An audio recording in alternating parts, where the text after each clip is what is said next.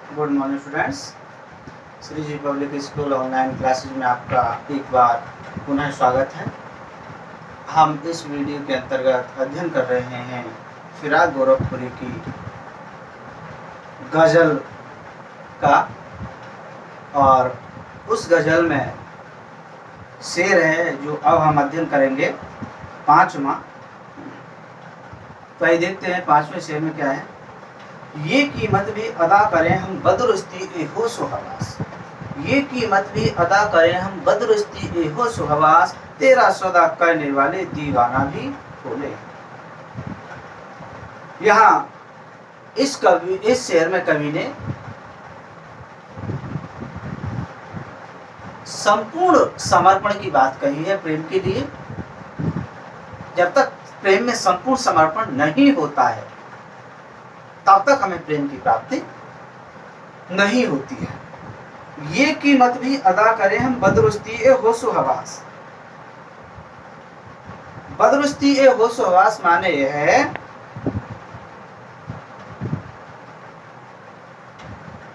भली प्रकार सचेत होकर पूरी तरह से होश और हवास में रहना। कीमत माने मूल्य, अदा माने चुका रहे हैं। कवि कहता है कि हे प्रिया, मैं अपने पूरे होशो हवास के साथ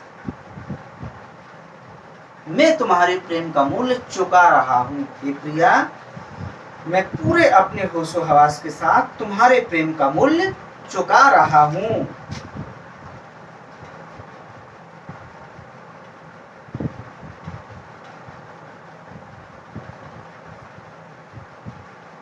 क्योंकि जो व्यक्ति प्रेम में जितना डूब जाता है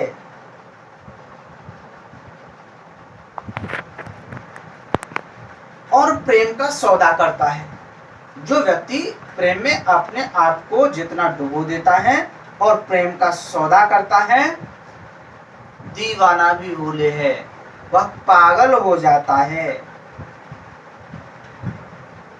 तेरा सौदा करने वाले दीवाना भी होले हैं। तेरा माने प्रेम।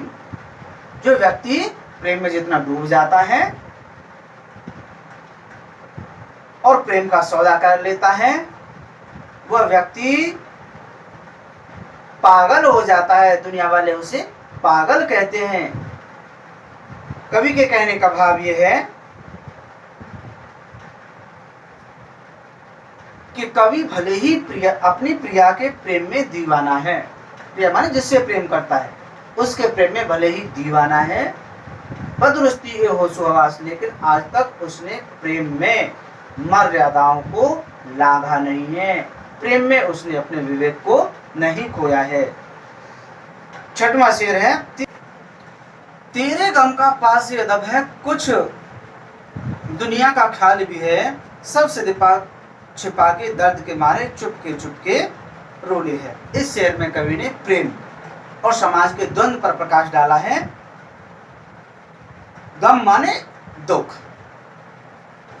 पासे अदब माने पूरा ध्यान है,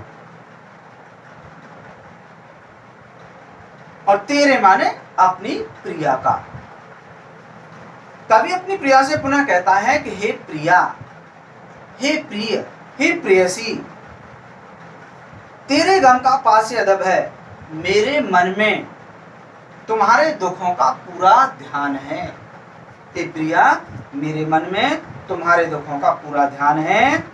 मैं हमेशा तुम्हारी ही चिंता करता रहता हूँ, मुझे हमेशा तुम्हारी ही फिक्र रहती है। कुछ दुनिया का ख्याल भी है, लेकिन इसके साथ साथ मुझे दुनियादारी का भी ध्यान रखना पड़ता है, दुनियादारी की भी चिंता रखनी पड़ती है। सबसे छिपा के दर्द के मारे चुपके चुपके रोले है। ये संसार वाले लोग, संसार के लोग नहीं चाहते हैं कि मैं तुम्हारे प्रेम में मग्न रहूं। संसार के लोग नहीं चाहते हैं कि मैं तुम्हारे प्रेम में मग्न रहूं, इसलिए सब लोगों से मैं अपने दर्द को छुपा लेता हूं और संसार के लोगों की नजरों से बचकर अपनी आंखों से तुम्हारे वियोग में अपने आंसू बहा लेता हूँ। अगला शेर है, फितरत का कायम है तवाजुन, आलम हुस्न इश्क में भी उसको उतना ही पाते हैं खुद को जितना खोले हैं।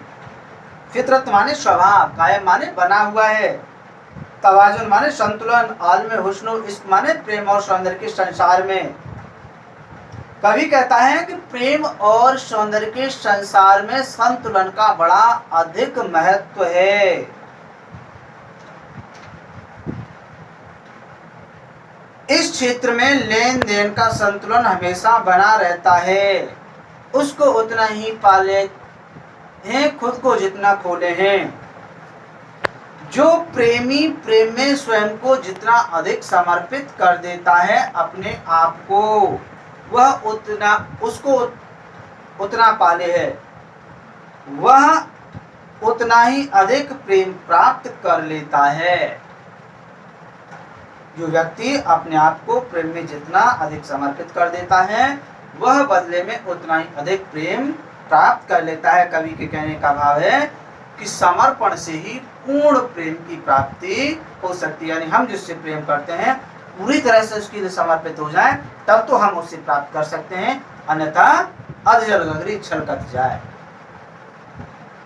कहावत है ना, और भरी गगरिया चप्पई जाए। जो आधी भरी हुई जल से गगरी है वो छलकती जाएगी और पूरी भरी हुई है वो सिर पर रख लो चुपचाप चली जाएगी। स्वयं को आप पूर्णतः समर्पित कर दीजिए, आपको प्रेम की प्राप्ति निश्चित तौर पर होगी। अगला शेर है, आवो ताबत सार न पूछो तुम भी आंखें रखे हो, ये जगमग बैंतों की दमक है या हम मोती रोले हैं।